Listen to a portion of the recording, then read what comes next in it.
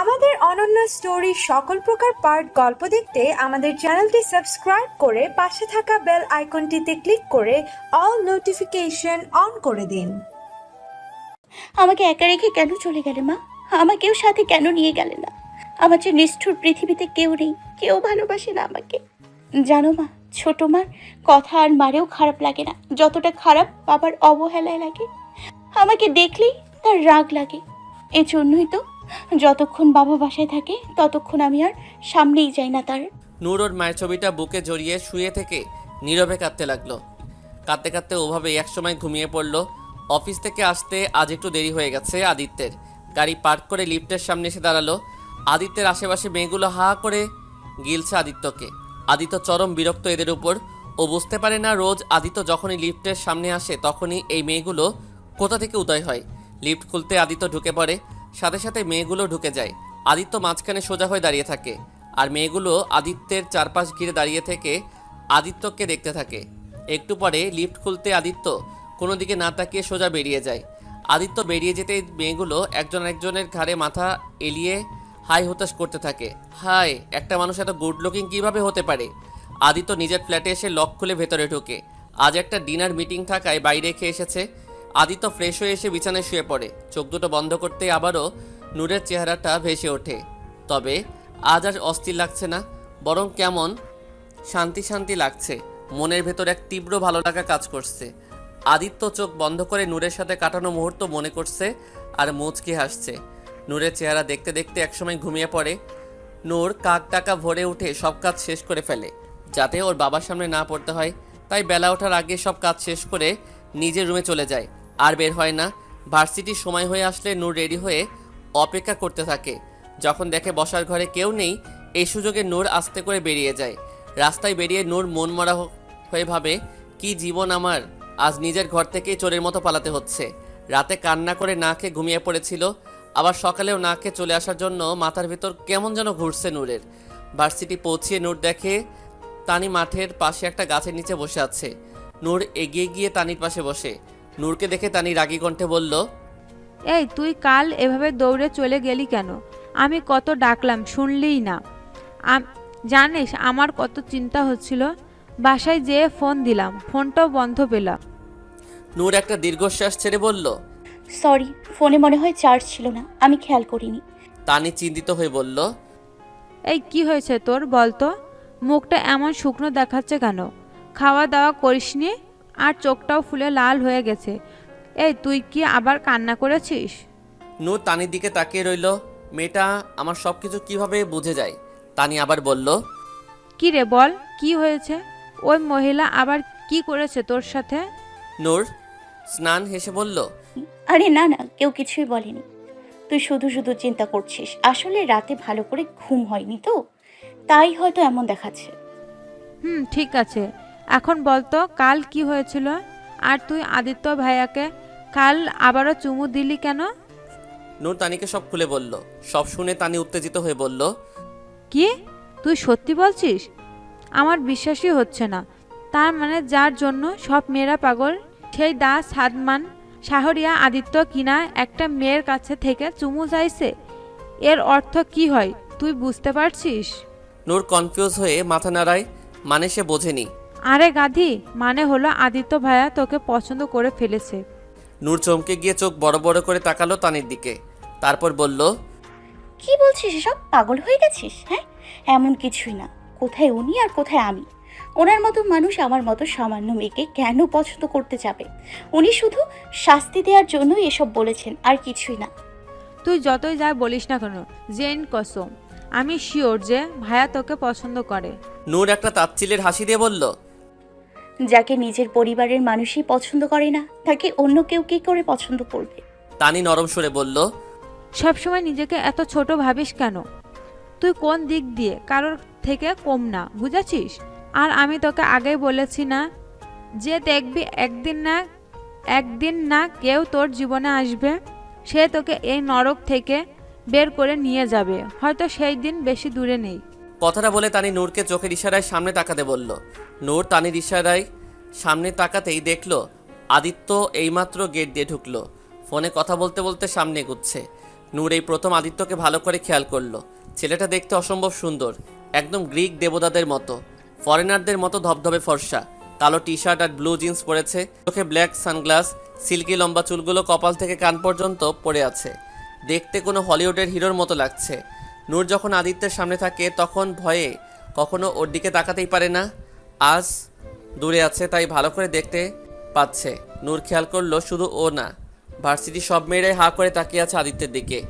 নূর মনে মনে ভাবছে, এই তানিটাও পাগল কি না কি ভেবে বসে আছে।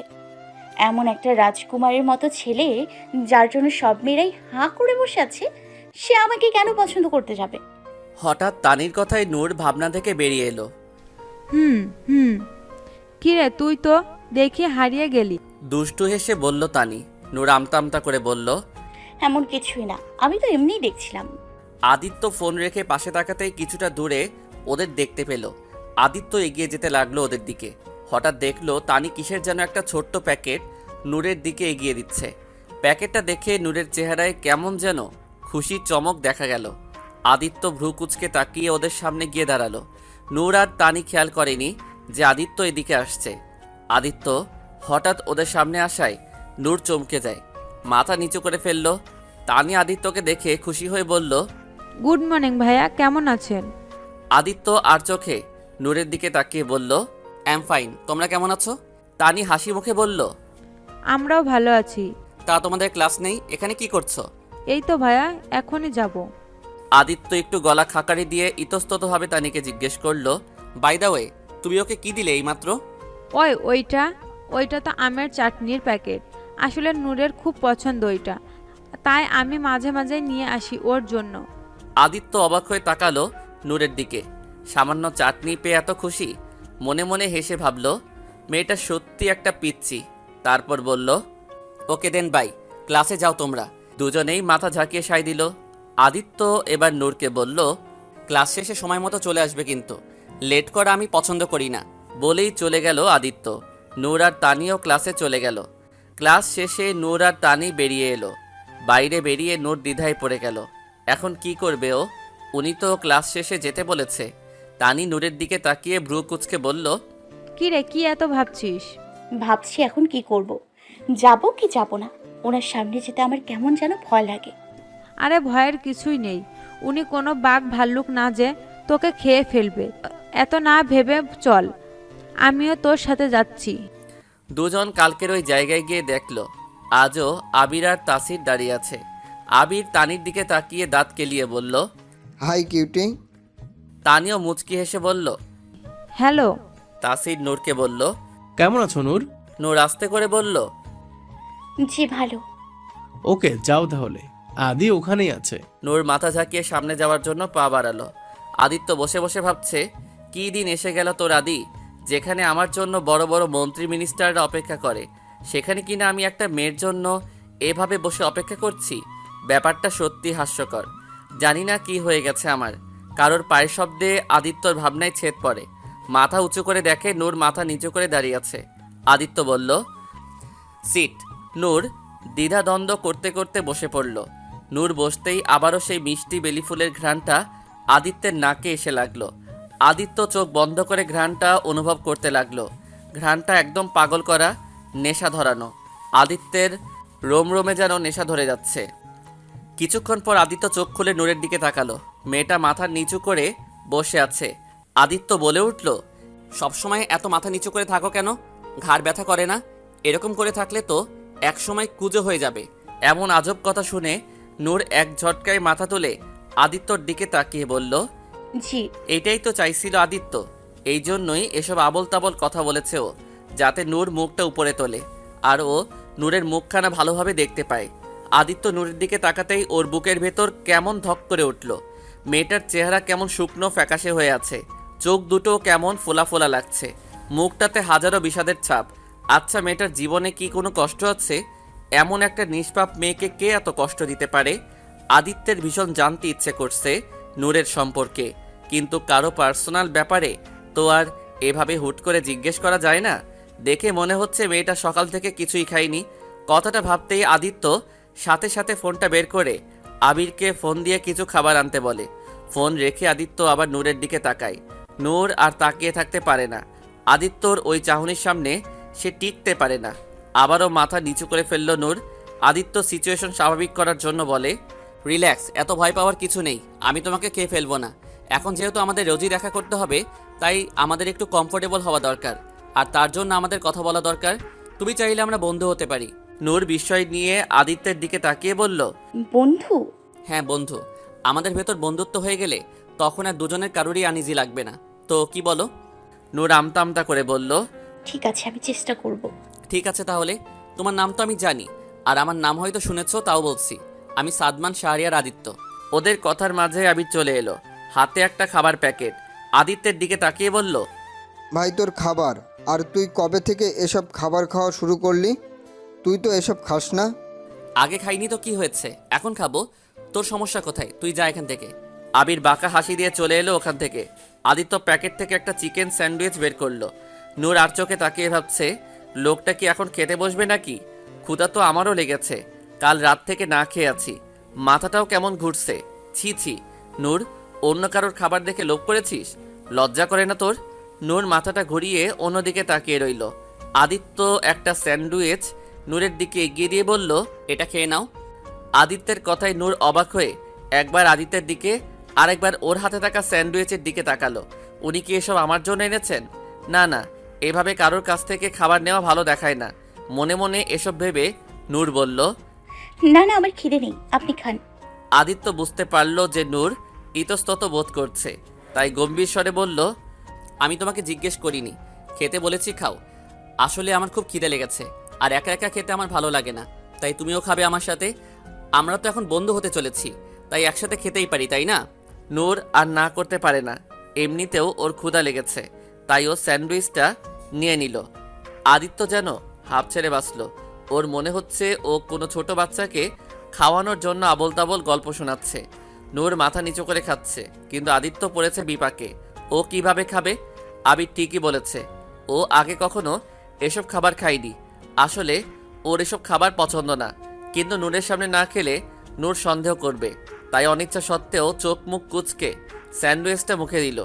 মনে হচ্ছে মুখের ভেতর কেউ নিম আর করল্লা একসাথে মিক্স করে ঢেলে দিয়েছে। কোনো রকমে খাবারটা গিলল আদিত্য। মনে মনে ভাবছে, কি দিন এসে গেল তোর আদি। একটা মেয়ের জন্য এতগুলো মিথ্যা কথা বললি, আবার জীবনে যা খাসনি তাও খেলি। বাহ, কি উন্নতি হয়েছে তোর। খাওয়া শেষে নূর বসে কাচুবাচু করতে লাগলো। এখন ওকে চুমু দিতে হবে।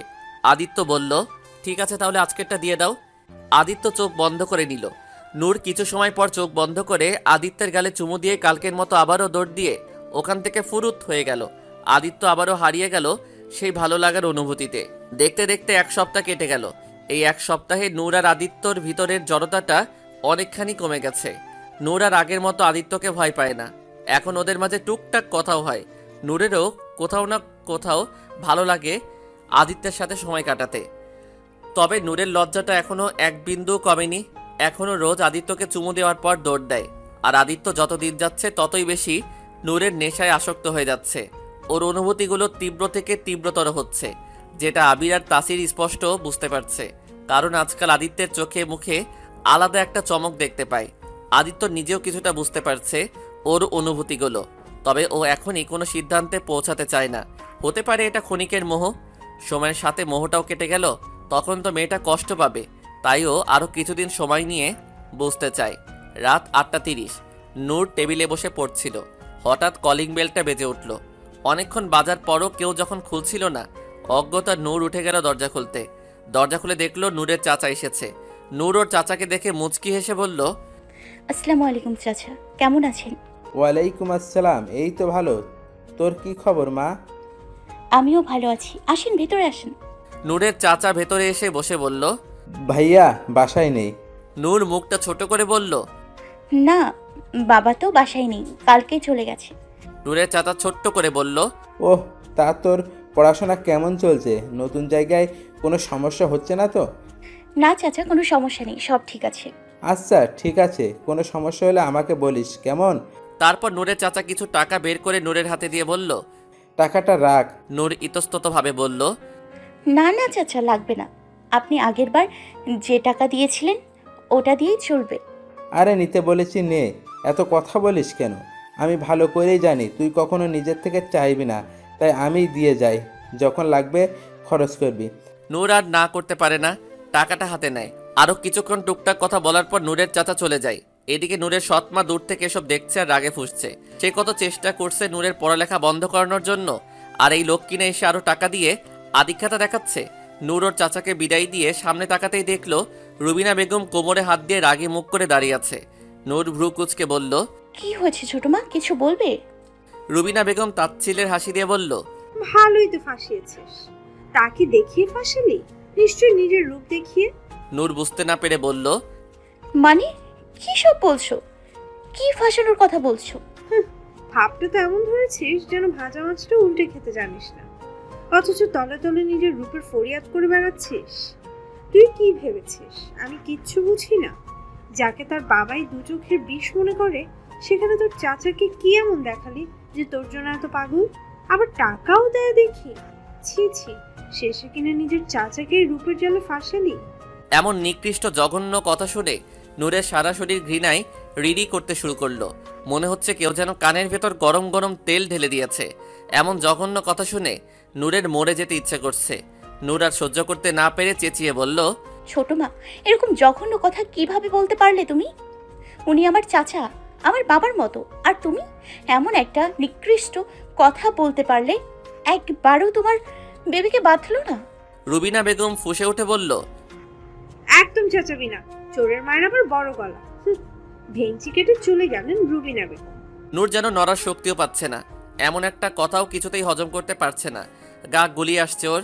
নূর মুখের উপর হাত চেপে কোনো রকমে নিজের রুমে দৌড়ালো। বাথরুমে যে বেসিনে গড়গড় করে বমি করে দিল নূর।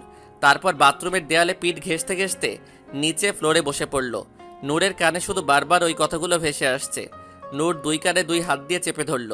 তারপর জোরে জোরে কান্না করতে লাগলো। এমন একটা কথা শোনার আগে আমার মরণ কেন হলো না? কান্না করতে করতে বলল নূর। নূর বসে আছে কৃষ্ণচূড়া গাছের নিচে, ওই বেঞ্চটার উপর, যেখানে ও রোজ আদিত্যের সাথে দেখা করে। নূরের মনটা খুবই খারাপ। কালকের ওই জঘন্য কথাগুলো ও এখনও ভুলতে পারছে না। রাতে কান্না করতে করতে বাথরুমে ঘুমিয়ে পড়েছিল। ভোরবেলা উঠে বাসার সব কাজ শেষ করে না খেয়ে চলে আসে। আজ তানিও আসেনি, তাই মনটা আরও খারাপ হয়ে যায়। একটা ক্লাস করেই এখানে এসে বসে পড়ে। জায়গাটা ওর কাছে ভালো লাগে। একদম নিরিবিলি নির্জন পরিবেশ, চারদিকে গাছগাছালির ছায়া আর মৃদু বাতাসে মনটা জুড়িয়ে দেয়। বেঞ্চের উপর পা দুটো উঠিয়ে হাঁটু ভাঁজ করে হাত দুটো দিয়ে হাঁটু জড়িয়ে হাঁটুর উপর থুতনি রেখে সামনের ঝিলের পানির দিকে চেয়ে বসে আছে নূর। যথাসময়ে আদিত্য আসে। পেছন থেকে নূরকে দেখে একটু অবাক হয়। আদিত্য ভাবে ও আজকে লেট করেছে নাকি। তারপর হাত ঘড়ির দিকে তাকায়। না, টাইম তো ঠিকই আছে। তার মানে নূর আজকে আমার আগে চলে এসেছে। কথাটা ভাবতেই আদিত্যর মনে মনে খুব খুশি লাগে। ও মুচকি এসে এগিয়ে দিচ্ছে নূরের কাছে। আদিত্য দেখে নূর একদিনে পানির দিকে তাকিয়ে আছে। ও নূরকে বুঝতে না দিয়ে আস্তে করে ওর পাশে বসে। আদিত্যর গলা খাকারি দেওয়ায় নূরের ধ্যান ভাঙে। নূর চমকে তাকায় আদিত্যের পানে। নূর তাকাতে আদিত্যর হাসি মুখটা ধীরে ধীরে চুপসে যায়। বুকের ভেতর মোচড় দিয়ে ওঠে। আদিত্য দেখে নূরের চেহারাটা কেমন বিবর্ণ হয়ে আছে। চোখ মুখ ফুলে লাল হয়ে বেহাল অবস্থা। কি হয়েছে মেয়েটার? এমন দেখাচ্ছে কেন? আদিত্য উদ্বিগ্ন হয়ে জিজ্ঞেস করলো। হেই, কি হয়েছে তোমার? এমন দেখাচ্ছে কেন? কেউ কিছু বলেছে? আমাকে বলো, শুধু একবার নাম বলো, দেখো আমি কি হাল করি। নূর অবাক হয়ে চেয়ে আছে আদিত্যের দিকে। উনি আমাকে নিয়ে এত চিন্তা করছে কেন? আর ওনাকে বলবোই বা কি? নিজের পরিবারের জঘন্য সত্যটা ওনাকে কিভাবে বলবো? শুধু শুধু ওনাকে বলে কি হবে? সবই আমার ভাগ্য। নূরের চুপ থাকা দেখে আদিত্যের আরও চিন্তা হতে থাকে। ও আবার বলে, কি হলো বলো, টেলমি, ড্যামিট। নূর জোরপূর্বক হাসি দিয়ে বলল, আরে কিছুই হয়নি, কেউ কিছু বলেনি। আসলে রাতে ভালো করে ঘুম হয়নি তো, তাই হয়তো এমন দেখাচ্ছে, আর কিছুই না। আদিত্য ভ্রু কুচকে তাকালো। নূরের কথা ওর বিশ্বাস হচ্ছে না। কিছু একটা প্রবলেম তো আছেই নূরের জীবনে। আদিত্য সেটা ভালোই বুঝতে পারছে। কিন্তু নূর যে নিজে থেকে কিছু বলবে না সেটাও বুঝতে পারছে আদিত্য। কিভাবে জানা যায় নূরের ব্যাপারে সেটাই ভাবছে আদিত্য। তানি হয়তো ওর সম্পর্কে বলতে পারবে, কিন্তু তানিকে কিছু জিজ্ঞেস করলে আবার কি না ভাবে কে জানে। কোনো না কোনো উপায় তো বের করতেই হবে। আদিত্য একটা দীর্ঘশ্বাস ছেড়ে আবার নূরের দিকে তাকালো। মেয়েটা কেমন মনমরা হয়ে থাকে সব সময়। কখনো প্রাণ খুলে হাসতে দেখিনি ওকে। না জানি হাসলে ওকে কেমন লাগতো দেখতে। কথাটা ভাবতে আদিত্যর খুব ইচ্ছে হয় নূরকে হাসতে দেখার। নিজের ইচ্ছের উপর নিজেই অবাক হয় আদিত্য। ও নিজে শেষ কবে হেসেছে তাই মনে নেই। অথচ আজ অন্য কাউকে হাসাতে চাইছে। আদিত্য ভাবছে কি করে হাসাবে নূরকে। কোনো জোকস বলবো, কিন্তু আমি তো কোনো জোকস বলতে পারি না। আবির ভালো কমেডি করতে পারে, ওকে ডাক দেই। আবার ভাবে না না, ওকে কেন ডাকবো, আমি হাসাবো নূরকে। কি এমন কঠিন কাজ? এত বড় বড় বিজনেস ডিল করতে পারলে এটা আর এমন কি? Go for it Aditya, you can do it, yes. Aditya মনে মনে নিজেকে এমনভাবে তৈরি করছে যেন কোনো যুদ্ধ জয় করতে যাচ্ছে। কিছু একটা ভেবে আদিত্য নূরকে বলল, জানো আমার বোন আমাকে কি বলে? কি বলে? বলে ভাইয়া তুমি না বেশি বেশি করে হাঁসের মাংস খাও, তাহলে দেখবা তুমিও সারাদিন হাঁসের মতো প্যাক প্যাক করে হাসবা। নূর একটা ম্লান হাসি দিয়ে আস্তে করে বলল। ও আদিত্য হতাশ হয়ে গেল, ভাবলো আমার সেন্স অফ হিউমার এত খারাপ, আমি তো জানতামই না। এখন কি করব? আদিত্য আর উপায় না পেয়ে আবিরকে একটা SMS করলো। আবির তাসিরের সাথে কথা বলছিল আর কোল্ড ড্রিঙ্কস খাচ্ছিল। ফোনে মেসেজ আসায় ফোন বের করে দেখে আদিত্যর মেসেজ, কিছু জোকস ফরওয়ার্ড করতে বলেছে। এমন মেসেজ দেখে আবিরের গলায় ড্রিঙ্কস আটকে কাশি উঠে গেল। ও অবাকের চরম পর্যায়ে। ওর রোবট ভাই যে কখনো এসবের ধারে কাছে যায় না, সে কিনা আজ জোকস ফরওয়ার্ড করতে বলেছে। ওর ভাই প্রেমে পড়ে শেষমেশ কিনা কমেডিয়ান হয়ে গেল। তারপর আবির কিছু জোকস পাঠিয়ে দিল। আদিত্য জোকসগুলো দেখে নূরকে বলল, একটা মজার জোকস শুনবে? বলুন। এক লোক এক জিলাপিওয়ালাকে জিজ্ঞেস করলো, ভাই আপনি কতদিন হলো জিলাপি বানান? জিলাপিওয়ালা বলল, 15 বছর ধরে বানাই। লোকটা বলল, আপনি 15 বছর ধরে বানান, তাও এখনো জিলাপি সোজা হইল না? নূর এবারও ম্লান হাসলো, তবে ওর মন খারাপটা একটু কমেছে। আদিত্য আবারও হতাশ হলো। এভাবে আরও কয়েকটা জোকস বলল, কিন্তু তবুও নূর হাসছে না। আদিত্যের রীতিমতো ঘাম ছুটে গেছে, মনে হচ্ছে বড় কোনো এক্সাম দিচ্ছে। নূর উপরে উপরে না হাসলেও ওর মন খারাপটা কেটে গেছে, এখন ওর ভালোই লাগছে। আদিত্য হতাশ হয়ে বসে রইল। আবিরের উপর ভীষণ রাগ লাগছে ওর। কি ফালতু জোকস পাঠিয়েছে, কোনো কাজই করলো না। হঠাৎ গাছের উপর থেকে একটা পাখি আদিত্যর মাথায় পটি করে দিল। আদিত্য চোখ মুখ বিকৃত করে বলল, হোয়াট দ্য ফিশ, ইয়াক ছি। আদিত্য আর কিছু বলতে পারল না। হঠাৎ ও হাসির শব্দ শুনতে পেল। পাশে তাকাতেই স্তব্ধ হয়ে গেল। নূর হাসছে, কিলকিলিয়ে হাসছে। কি সুন্দর সেই হাসি! এত সুন্দর করে কেউ কিভাবে হাসে?